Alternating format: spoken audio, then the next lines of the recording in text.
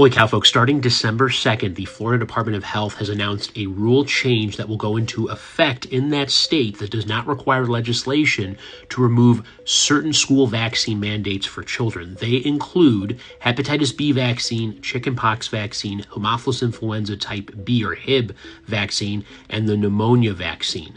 Other vaccines will need legislation, including polio, diphtheria, tetanus, pertussis, measles, mumps, and rubella.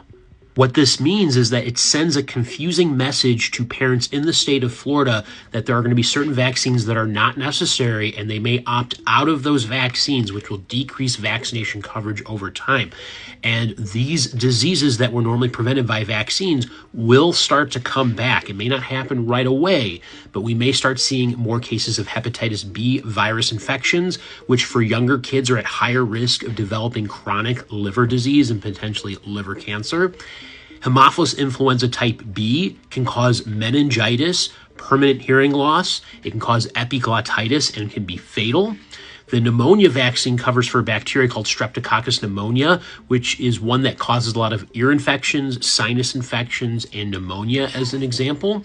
And then the chickenpox vaccine, as we know, protects against chickenpox, which is a skin disease that can be very, very uncomfortable to have, and it can cause shingles later in life. This will lead to disruptions in the ability for students to stay in school. It increases the risk of having further harm unnecessarily, and this will end up traveling across state lines and potentially infecting other kids who are more vulnerable, or even adults, or people who can't get vaccinated for medical reasons. People need to call this out for what it is, which is a politicization of our public health system that will end up killing kids. This is not okay, and I need you to share this message widely. We need to all speak out about this.